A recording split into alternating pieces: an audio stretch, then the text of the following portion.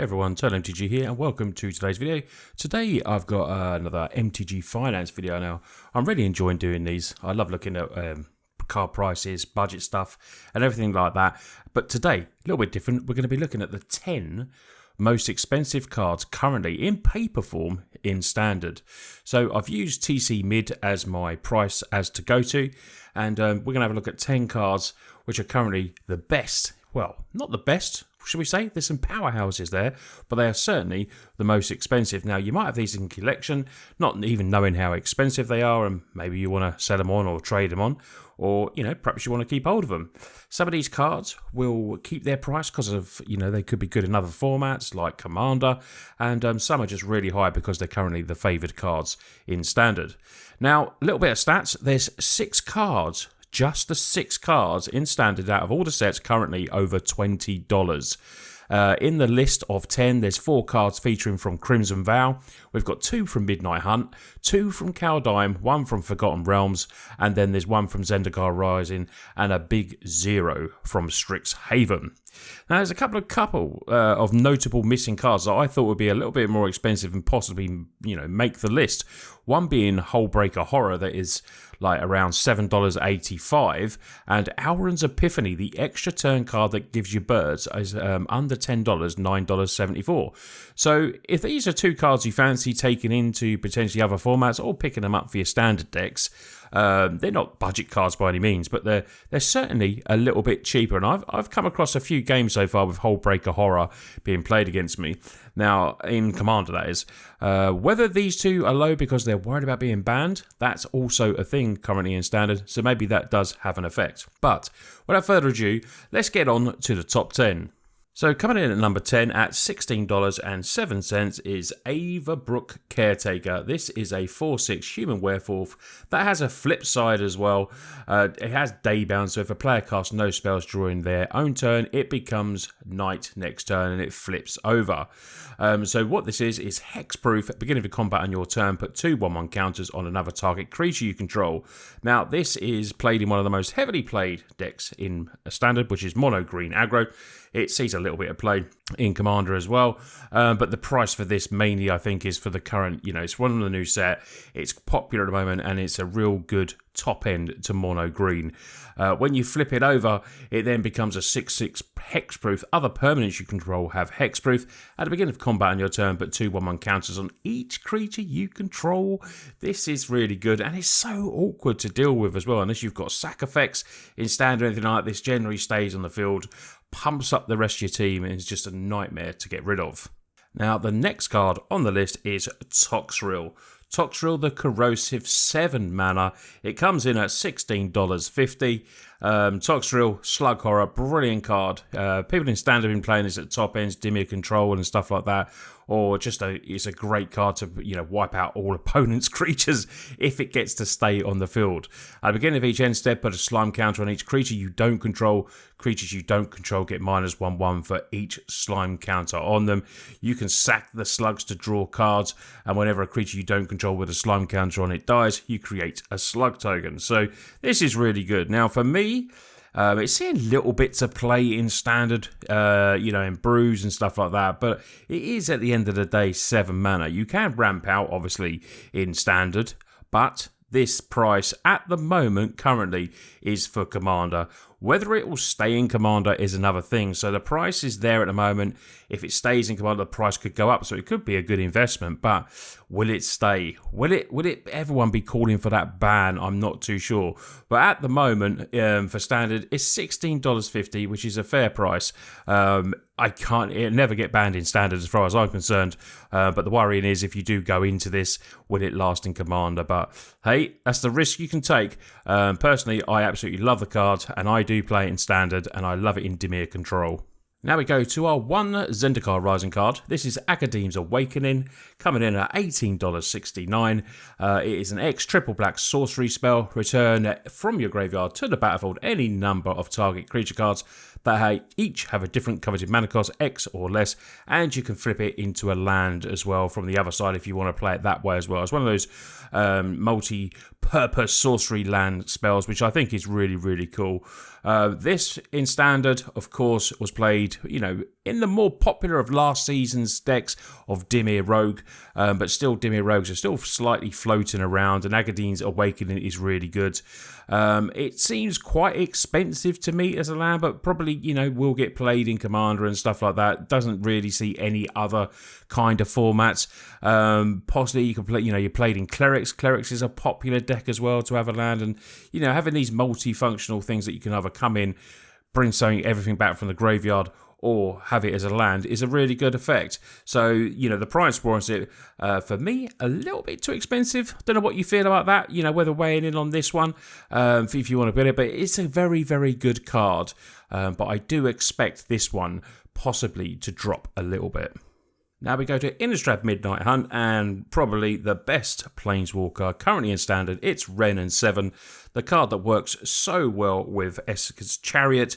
This is $19.49, really good card, very powerful, great in any type of lands deck, great in just anything and ramping you out a little bit, or it gives you a big tree folk creature where it's power and toughness, or coincidental with lands as well. So if you've got 7 or 8 lands on the field, you're dropping this, you potentially could have a massive creature.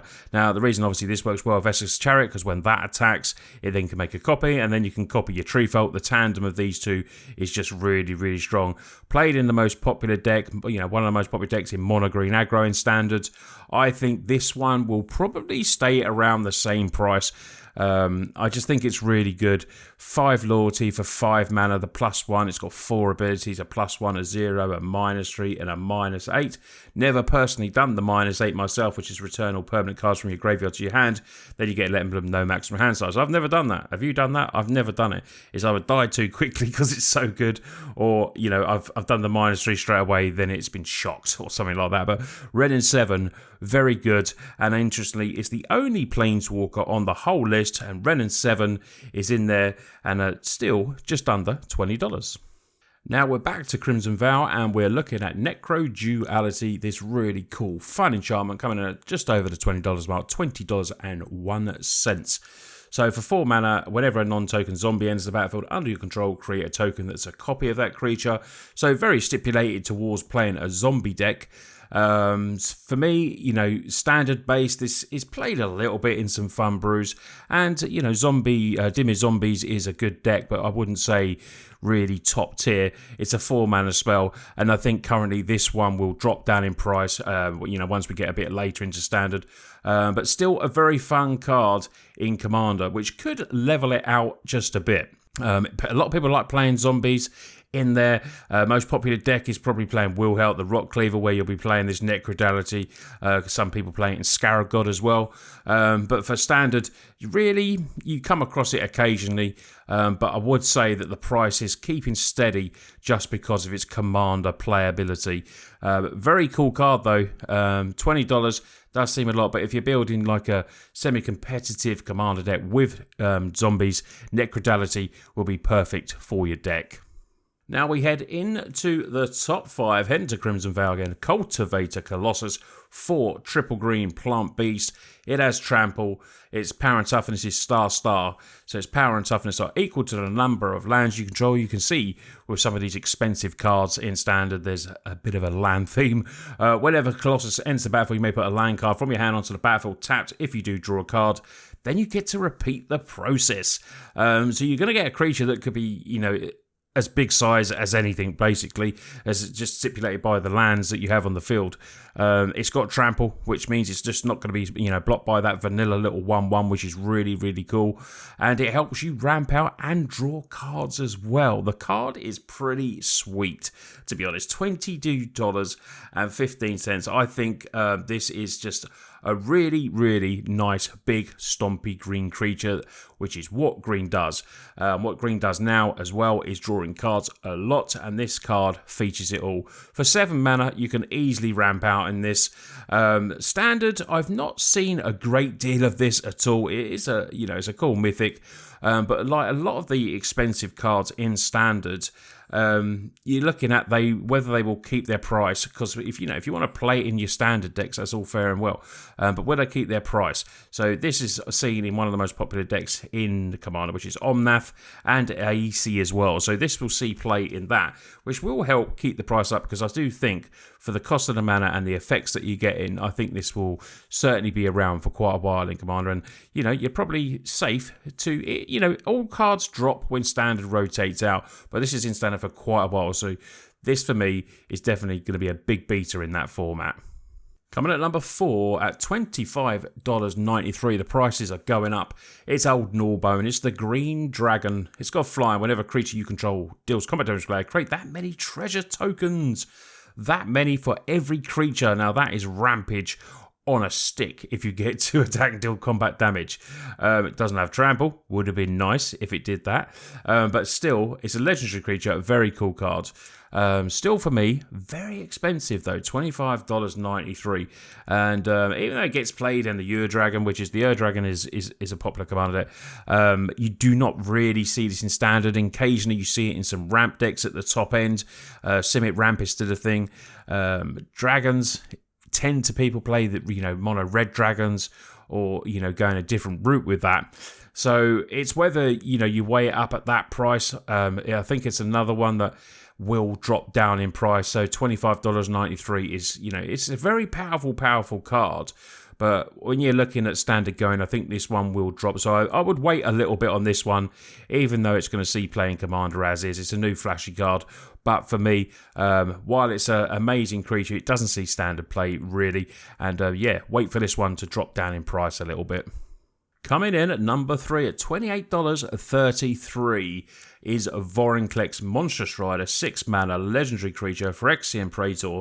It's a 6/6 with trample and haste. This card does so much. You can see why it's really expensive.